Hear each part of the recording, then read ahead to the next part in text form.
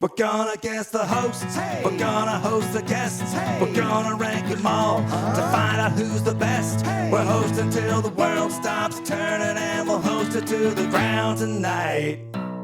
It's episode 25 of Guest Host Raw, the series where I look at every episode of the guest host era of Monday Night Raw. This week's episode is another 3-hour extravaganza from December 14th, 2009 at the American Bank Center in Corpus Christi, Texas. Staying in the Lone Star State for the second week in a row, this is the day after the first ever TLC pay-per-view, so that was a big deal, the main event being the tag team TLC match for the belts, DX versus Jerishow, John Cena defending the title against Sheamus in a tables match, and much more. If you want to know my thoughts on that show, I just dropped an exclusive classic pay-per-view review on my Patreon page, so if you want to get more information about that show and my thoughts on it, you can check it out there. It's a growing number of exclusive pay-per-view reviews. There's the inaugural Super J Cup tournament from 1994, WCW's German exclusive Millennium Final pay-per-view,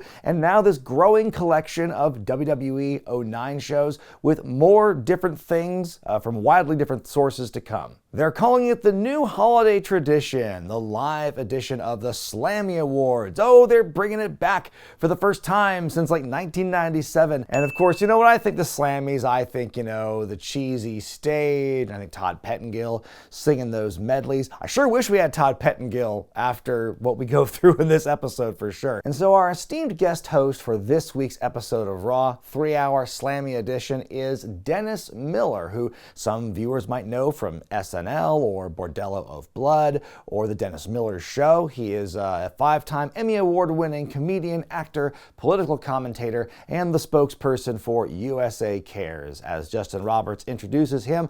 And boy, he looks miserable to be there. I don't think he smiles more than twice all show. He looks like he would rather be anywhere else, both in his body language and his delivery, which, if you ever heard Dennis Miller talk, he does have a very specific cadence in terms of how he, delivers his setups and his punchlines. He uses a lot of metaphors and simile. This is a style of talking that is not suited for a wrestling audience. And I'm not trying to say that wrestling audiences are dumb. I'm saying that in large crowd settings like this, you kind of need to just lay everything out as plainly as possible. And he is just going over everyone's heads with his little references about research about single-parent homes and double-parent homes. He's trying to incorporate politics into this. It is bombing. From the get-go, these fans are just not responding to anything that he is saying. And, give credit to the announce team because their job is to try and chuckle through whatever he's going for. He goes 2 jokes in and he's like, okay, I just wanted to get a feel for the wrestling fans here, but I'll run back to the script. Well, at least he was honest about that. So then back on track, he compares the world of politics to WWE, and he shows this really badly photoshopped picture of Nancy Pelosi next to screaming Vicky Guerrero, and then he shows a picture of George W. Bush and Dick Cheney's faces imprinted on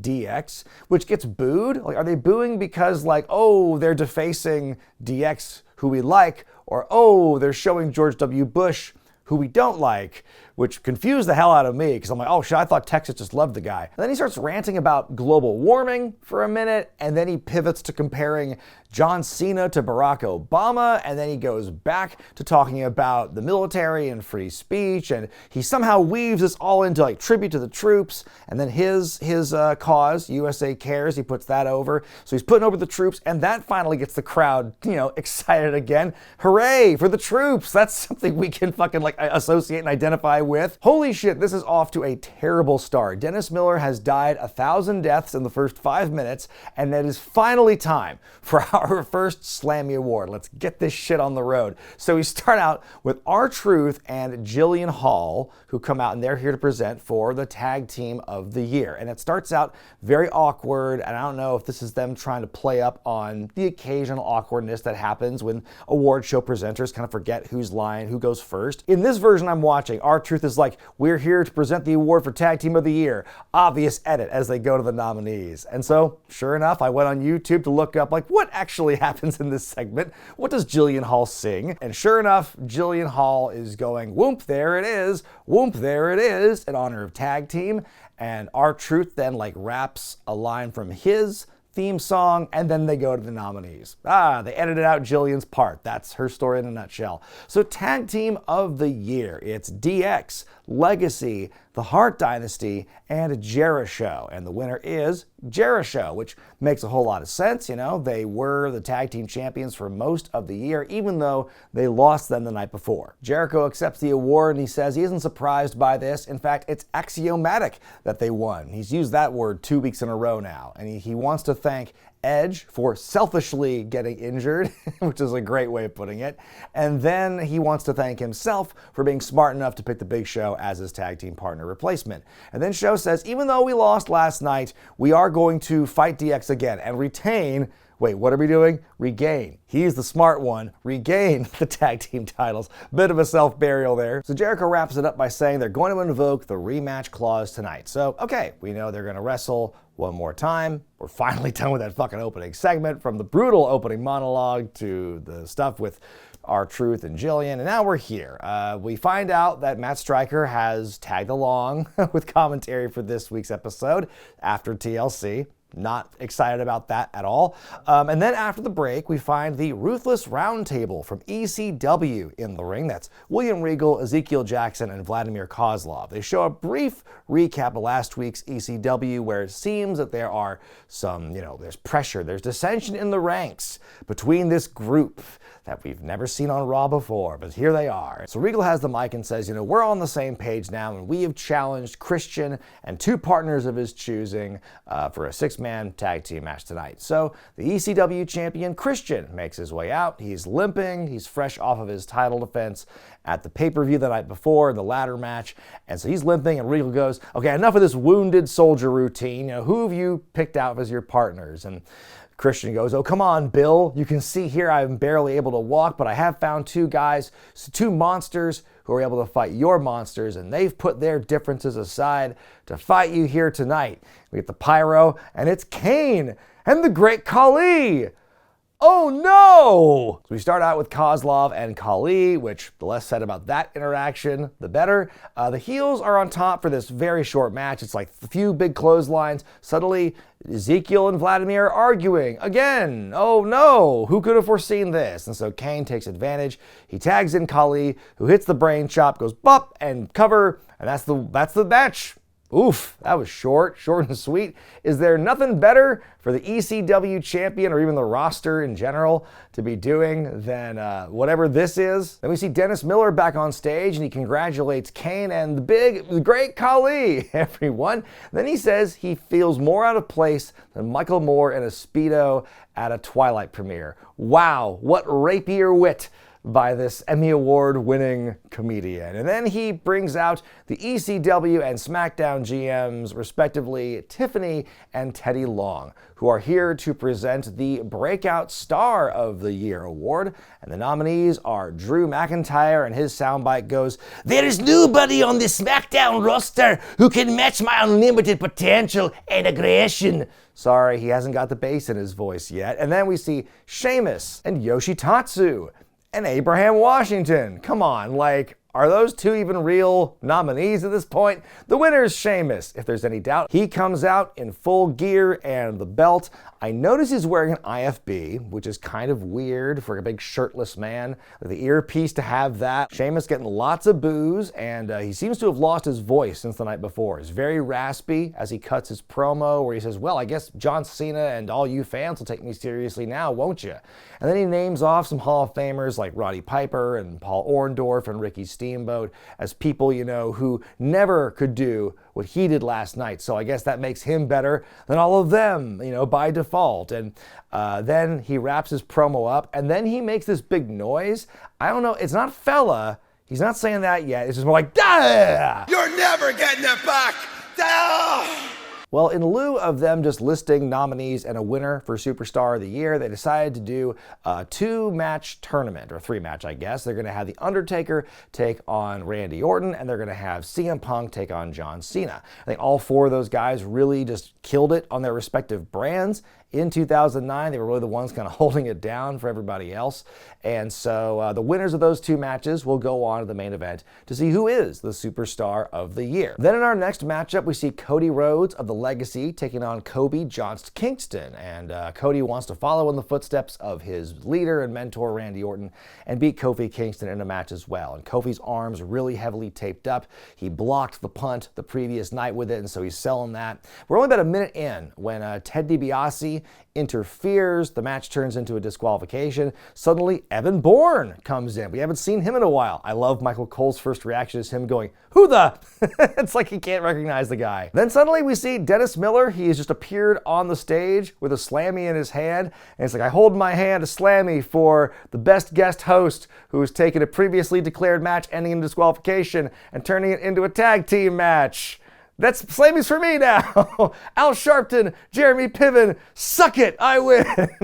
Which was honestly the best thing he did all night. That got a pop out of me, but Jesus, could this guy smile a little bit? So we go to that tag team match after the break, where the Legacy take on Kofi Johnston Kingston and Evan Brunn, who collectively, I guess you would call them Air Boom. As Legacy's getting their heat, Stryker says that Ted DiBiase has a Marine-like tenacity with his aggression here, and they actually very blunt segue that they're going to do a sneak peek of Ted's new movie, The Marine 2, coming out soon.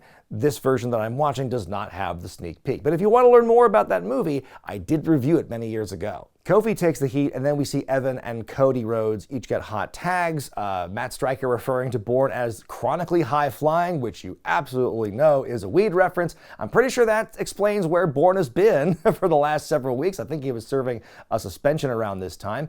He takes Cody's crossroads, does Evan, and oh my God, the bump he takes for it is disgusting. Looks like he broke his neck.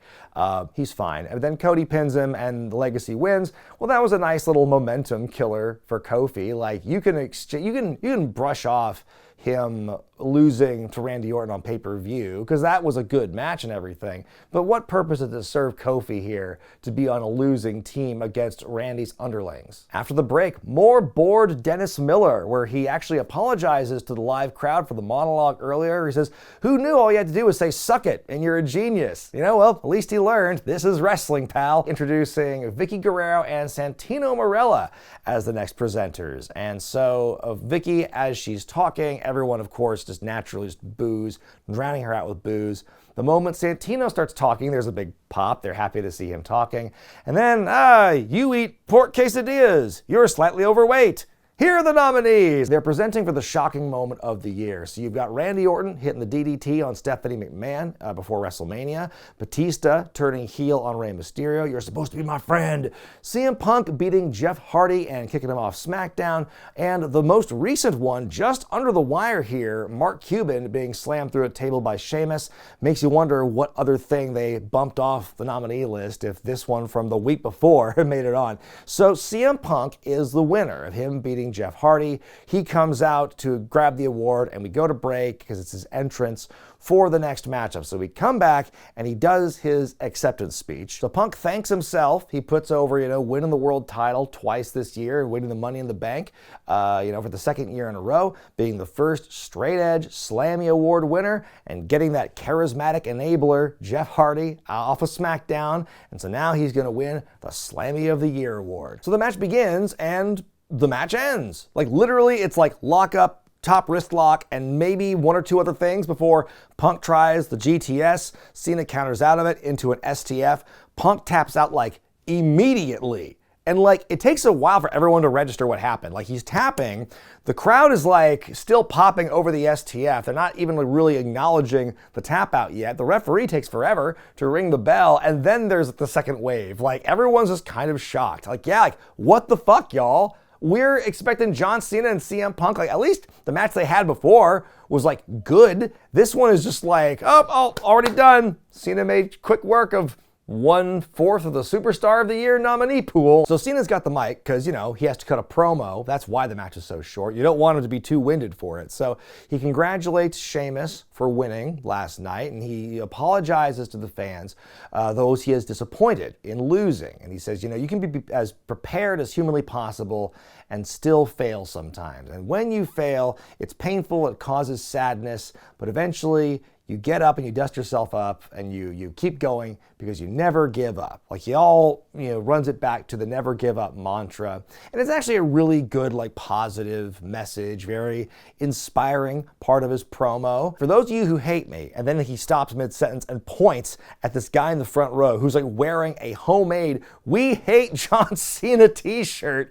And he's like, I'll respect your decision to do so, sir. But he's talking to those who still have his back. Like, I'm not giving up on you because you're not giving up on me. And the WWE Universe is all I have. So here's a scoop for the WWE.com website. Like, he's making this announcement that he will not lose a match until he has regained the WWE Championship. Well, let's see, you know, that statement. Let's see how it worked that well for Jack Swagger. We'll see how well it works for John Cena here. But it was, yeah, very strong promo. But man, who the fuck did CM Punk piss off to get that treatment? After the break, we see Dennis Miller back on stage. He puts WWE over for how they, you know, what they do for the troops and everything. And then he introduces the next presenter, 13-time world champion.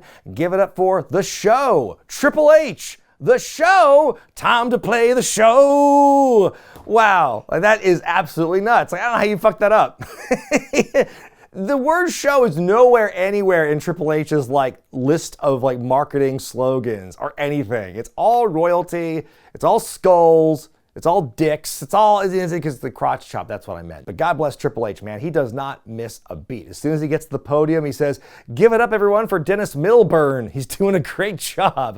Good on you, man. So he's here to present the award for Match of the Year. The nominees are Undertaker and Shawn Michaels at WrestleMania 25 and everything else. You know? There was Cena versus Orton at Breaking Point, Jeff Hardy versus Edge at Extreme Rules, then Team Raw versus Team SmackDown at Bragging Rights. Oh, fuck off. That should not be there. So the winner, of course, is the match at Mania 25. Shawn Michaels comes out to accept the award. Triple H even puts a little more of a sheen on it by saying, you know, he had to follow that match and couldn't stand a chance.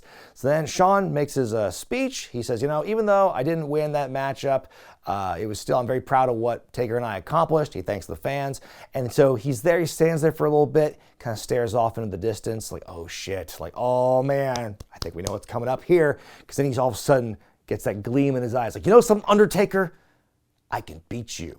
I know it, and you know it. And so he lays down the challenge one more time at the next WrestleMania. Ooh, got a little bit chills on that one. Not gonna lie. I think if only we knew exactly what fans were in for that next match at Mania, like, that would be, it's crazy. Because like, this is where it all begins again for that feud. It's very cool to see it start here. It's our next Superstar of the Year tournament matchup as The Undertaker takes on Randy Orton. Non-title affair, by the way. The Undertaker still the world champion after some bullshit the night before. Again, go watch my TLC review for more about that. Both men making so many noises. They are especially mic'd up when this match is going on. Batista, oh, and Michael. Teddy Long came out and just restarted. Undertaker. Doesn't go very long because after only a couple of minutes, Legacy come out and they distract The Undertaker. He looks over there for a little bit. He comes back and he walks right into an RKO on the floor. Of course, Taker takes it like shit, but, you know, both men are laid out. The count's going. Orton's barely able to crawl back into the ring at the count of 9, and The Undertaker loses via count out, which, Jesus Christ, fuck this, man. Like, easy distraction, laid out by the RKO, can't make the 10 count. But don't worry, because Taker gets his heat back. He chokeslams Orton and he beats up the Legacy afterward. Oh my God, this is horrible. I honestly, like, this, we haven't even gotten to how ridiculous the matches get on this show. Like, you're telling me, like, the two matches with the biggest names on this card so far, just absolutely nothing matches. Cena and Punk, nothing. Orton and Taker, nothing. What are we doing here? Also, doesn't that mean the finals of this matchup are John Cena and Randy Orton, which, that's so interesting. I could have sworn they said that, you know, when they last fought, at bragging rights, it was like the last time ever. Like, yeah, of course they would make good on their word, right? It was the last time ever, just months ago. And they're already going back on their word. I can't believe it. After the break, Dennis Miller welcomes the fans to hour 2 of a 17-hour extravaganza, which, boy, way to bury this fucking show. Sure feels like it. He brings out the next presenter, Vince McMahon, but like he doesn't pause after he says Vince's name and just goes right into a little bit about Vince, where he's like, everyone, Vince McMahon. Funny story about Vince McMahon. Before the show, he came up to me to give me pointers on comedy. My life is complete. And like he's doing this riff on him, and like they just play Vince's music over him talking. Because like, well, he said his name, like, and he's not gonna stop. Like, fuck it, let's play him in. So Vince comes out with the Slammy, and he's here to present the award for, guest host of the year. He says, it was earlier this year that I had a vision for guest hosts here on Raw. Some have turned out better than others. Looks directly at Dennis Miller, who lets out this big laugh. I think he's even aware how badly this is going. And speaking of how badly things are going, Vince just stops what he's doing to go, hey, did y'all die before the show tonight? Wake up,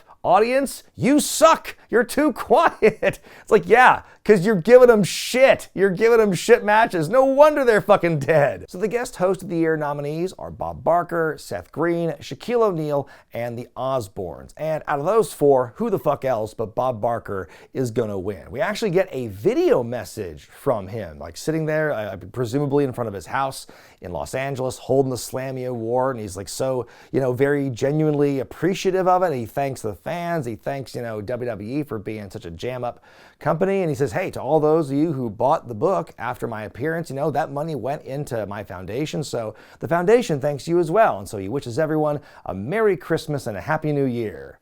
Go for it, is how he wraps it up, which is a great way to sign off anything. I will say though, Freddie Prinze Jr. and Jesse Ventura got majorly snubbed in this category. So Vince goes, okay, well, speaking of go for it, Dennis, if you were to go for it and, book your own, guest host for Raw, who would you book? Someone like Al Franken, Sarah Palin, Howard Finkel. Like, this is not getting over with the audience. But Dennis Miller, obviously the hardcore wrestling fan that he is, says, well, what about, Vince, Bret the Hitman Hart?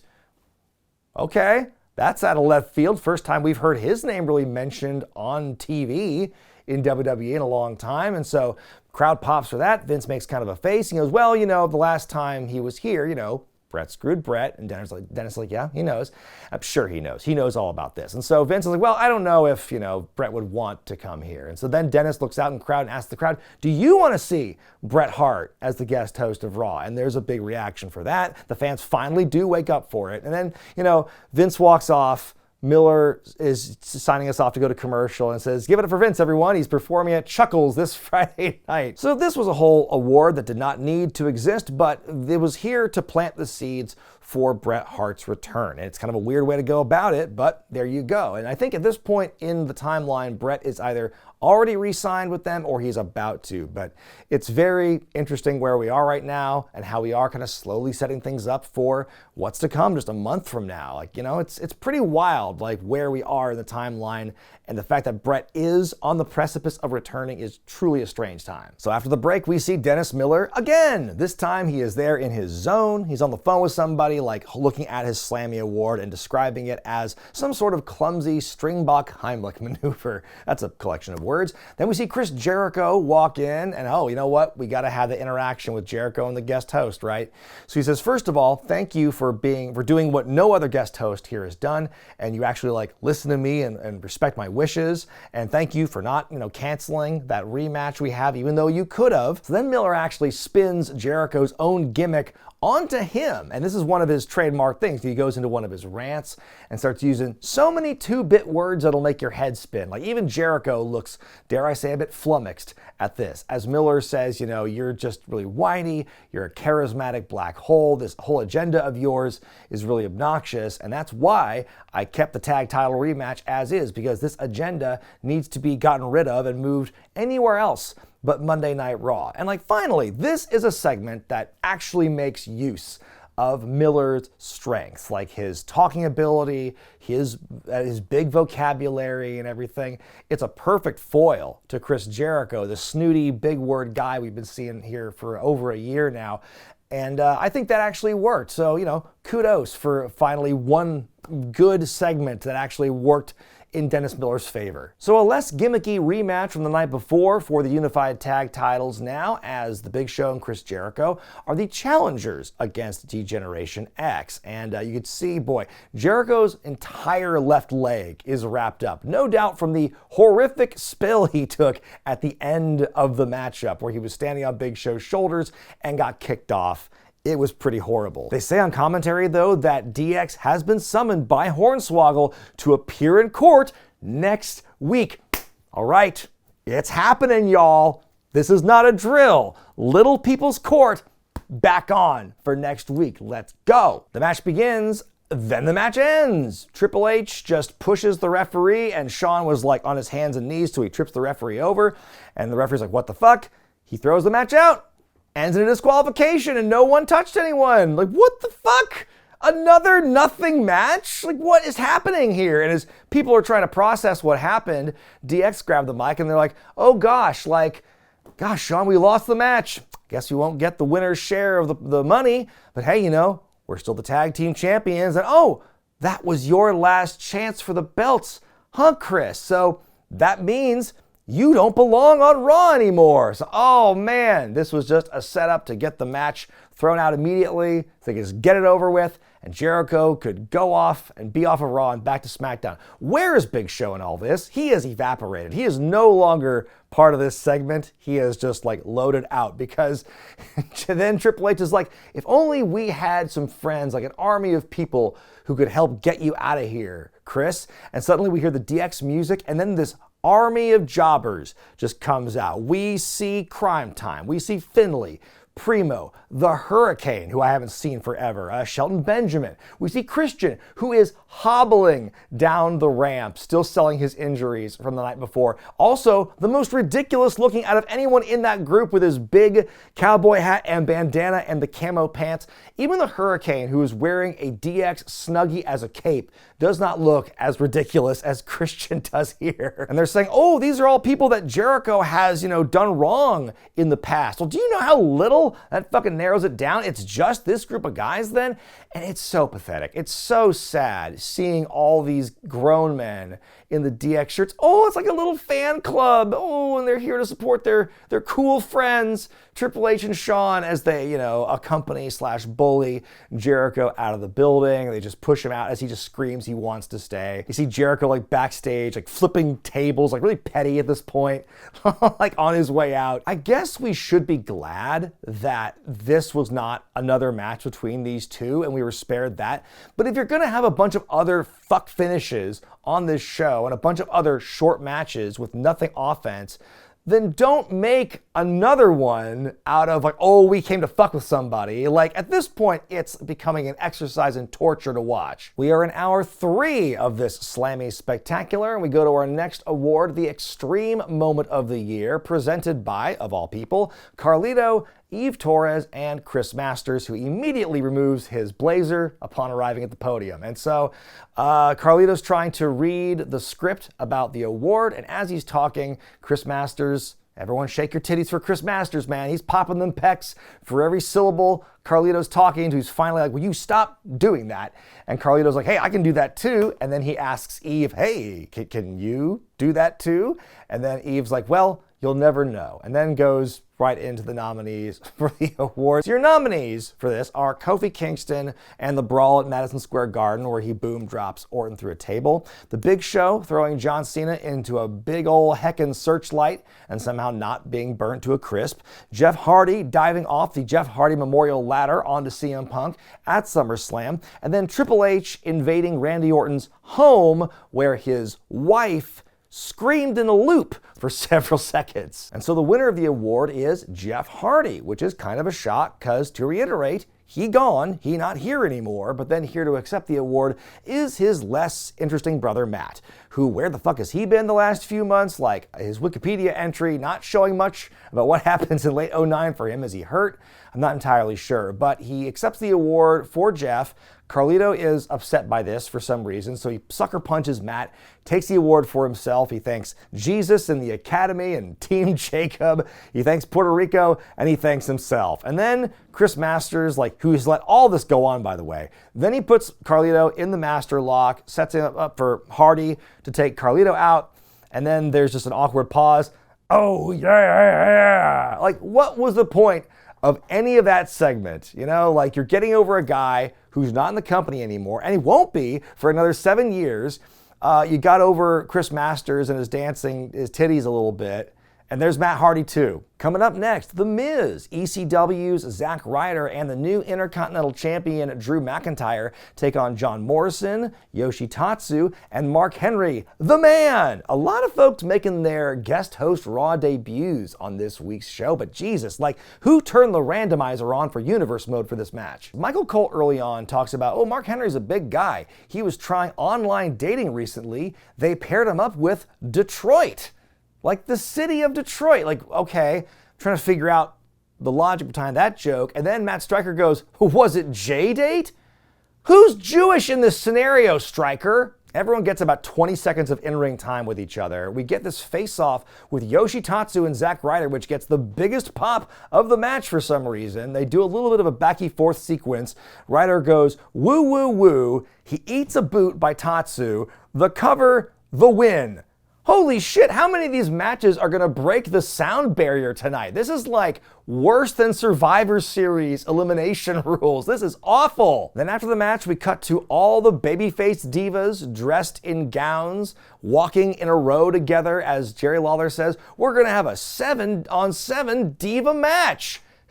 And I just started laughing. I'm like, fuck this, there's no way. Most of these ladies aren't gonna see an ounce of ring time dressed like that. Are you freaking kidding me? They show an ad for the Jeff Hardy DVD, and again, I'm just amazed at how much energy they're putting into talking about Jeff Hardy on this show, considering, to reiterate, he gone and ain't coming back for a while. But now, here we go with a fucking 7-on-7 divas match. It's not an evening gown match. They're all just dressed up because of the awards. So it's all the baby faces versus all the heels. It is funny to see Layla struggle to get in the ring with her heels on. That was probably one of the biggest highlights. I mean, this is such an absurd thing on paper. The only thing missing is Santino Marella walking in and his pants fall down or something, and then a pie fucking falls in his face. And Matt Striker, following up with, how he's kind of joining in with Lay Cool on the bullying thing, says that Mickie James is dressed, he comes from TJ Maxx or Lane Bryant. Fuck off, Striker. So the match begins. It's Mickie James and Rosa Mendez. They're the only two who actually wrestle. They take their heels off. They wrestle for a bit. Mickie hits the DDT and wins. That was fucking ridiculous.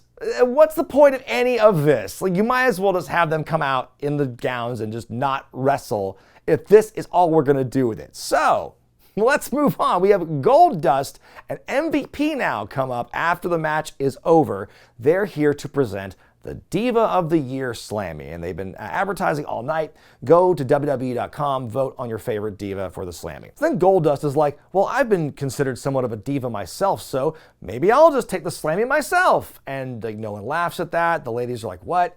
And he goes, well, don't be so sensitive. Gosh, we have MVP on stage, PMS in the ring. And again, oof, the comedy across this show, horrible. So Goldust is like, I'll see myself out. And then he goes.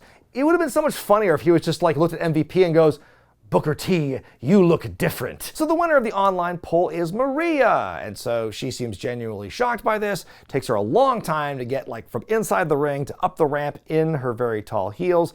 And she starts thanking the WWE Universe when suddenly out comes Batista and he's dressed like Kanye West. And he's doing the Kanye West thing where he interrupts the winner and he's making it all about himself. Oh, feel bad for Maria, the Taylor Swift in this analogy. He talks about how he should be world champion, he should be, superstar of the year, he should have won Screwjob of the year, which I don't think is even a nomination. It's not even an award this year. He just thinks he should have won it. And then security walks him off and he does the Kanye shrug. Because again, this is the most timely, relevant thing WWE has ever done, I think.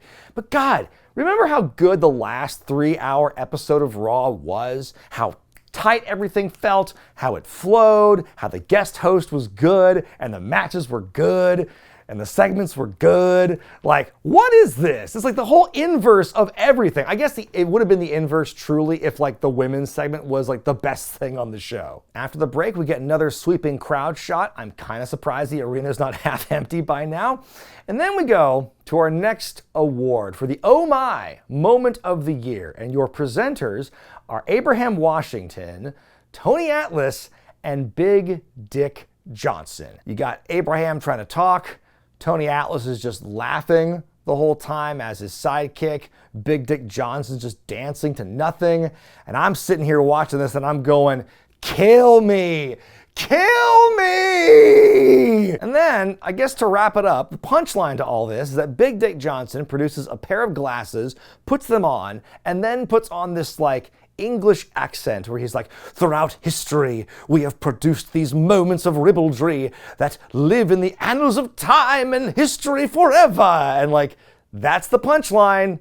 He's shockingly British as we go to the Oh My Moments of the Year. The nominees are Chris Masters and his dancing titties, Chef Shawn Michaels super kicking a child, Michael Cole puking on Chris Jericho, and Santino gets pied to death on Thanksgiving week. And the winner, who gives a shit? But really, it's Michael Cole, who is the most animated anyone has been on this show tonight. And wow, how symbolic. How WWE 2009 is that, where somebody wins an award for vomiting. So he gets on stage, he accepts the award, he says, in honor, with respect to my mentor, the legend Jim Ross, phrases like, my God and slobberknocker are passe, and words like vintage and oh my are in. He says, boom, screw the boomer sooner, hook 'em horns, gets a nice soft local pop as he wraps it up. And again, that's fucking WWE in a nutshell, man. Michael Cole wins for vomiting. And then Dennis Miller, with actually one of the best pieces of legitimate improv all night, takes the award envelope and runs down and hands it to a fan, like a young fan, in the front row. And he shows it off, says Michael Cole vomits, which is great. And I tell you what, if you or someone you know is that kid and they still have the Michael Cole vomits envelope in their possession, please reach out to me. Email me at wrestlingwithregret@gmail.com with the subject line, I have in my possession the Michael Cole vomits envelope from the 2009 Slammys, because I am willing to pay money. Actual $20 of money. Then after that, he thanks the fans, thanks WWE. He puts over his charity one more time. He says thank you and good night. And boy, could not be ready any sooner to be done with Dennis Miller on this show.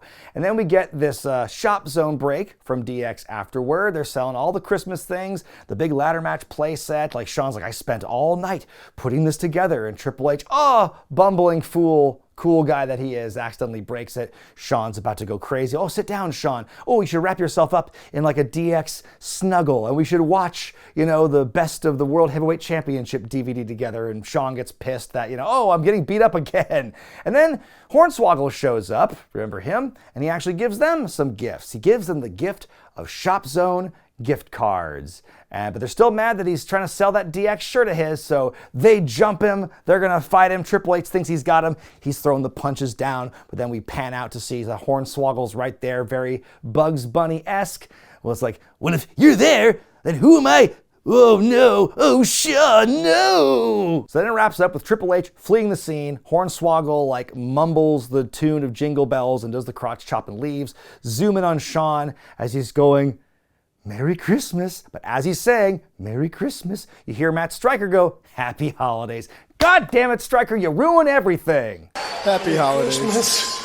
Next week, our guest host is New York Yankee Johnny Damon with his Secret Santas they're advertising. I tell you what, I have been getting at least one comment a week since the beginning of this series in anticipation for Johnny Damon. I think it's one guy. I hope you are ready. I hope I'm ready for what's to come next time on Guest Host Raw. But then we go to our main event. It is the Superstar of the Year Slammy Award winning match, John Cena versus Randy Orton. End of a rivalry. Never supposed to happen again, but we have it here tonight. This plays out like a standard in Orton and Cena match, and it's given, shockingly, the most time out of any other match tonight. We get this moment where Cena hits the AA, and much like how Orton did against Kofi Kingston the night before, he's barely able to grab the ropes and escape. Looks like Orton could have easily won the match by countout, but chooses not to do it. He brings Cena into the ring. He whiffs the punt. Cena hits another AA, 1, 2, 3. Cena wins and is the superstar of the year. Wowzers. Never again they were supposed to have that match, but I tell you. Then we see Sheamus standing on the stage, and Cena's like, egging him on. He wants to fight, and so they're just kind of staring each other down as the show goes off the air. Well, I'm glad the show ended with an actual, match. Was it a great match? No, but it was certainly the longest they had on TV that night, so yeah, they had it. Well, that's gonna do it for this 3-hour extravaganza of Guest Host Raw. I'm gonna rate this episode a 0 out of 5. This has to be the worst episode of Raw I have seen in the course of me doing this series. Just tons of hot garbage booked across 3 hours, maybe 20 minutes of wrestling in total, and the bulk of that went to the main event. They gave the crowd nothing and then got pissed off that they were responding like they were getting nothing.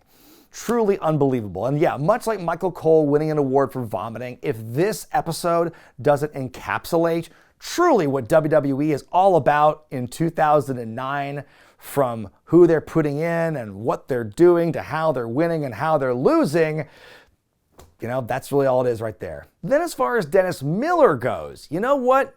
It's the worst episode of Raw I've seen in a while, but I don't think he's the worst of the worst. He's still pretty bad. I'm going to give him 1 out of 5. He had a couple of funny lines and fun moments here and there, but over a 3-hour show where you're trying to do your political shtick and your fast-paced delivery of your jokes to an audience that is just not ready or willing or able to receive any of that stuff on a wrestling show. I don't know what their thought process was for having him there. He didn't seem to care to be there, barely smiled. He only started smiling when things were really going off the rails. So, which is kind of how I interpreted this show too, now that I think about it. Like I said, he is not the worst guest host in the 25 weeks I have done this, but he is bottom 5. I will put him 21st so far, just under Jeremy Piven and above Al Sharpton, both of whom he told to suck it. But what did you think of this episode of Raw, and how about good old Dennis Miller as the host? Let me know in the comment section below. Hey, don't forget to check out the Patreon page, watch TLC 09 review, and then next time on Guest Host Raw, we've got Johnny Damon of the New York Yankees. We've got Little People's Court. It's all going down 2 weeks from this episode dropping. You do not want to miss it, folks. Guest Host Raw is fast becoming my favorite series on this channel, and I cannot wait to see what is in store next time. But until then, folks, I'm Brian Zane. Go for it.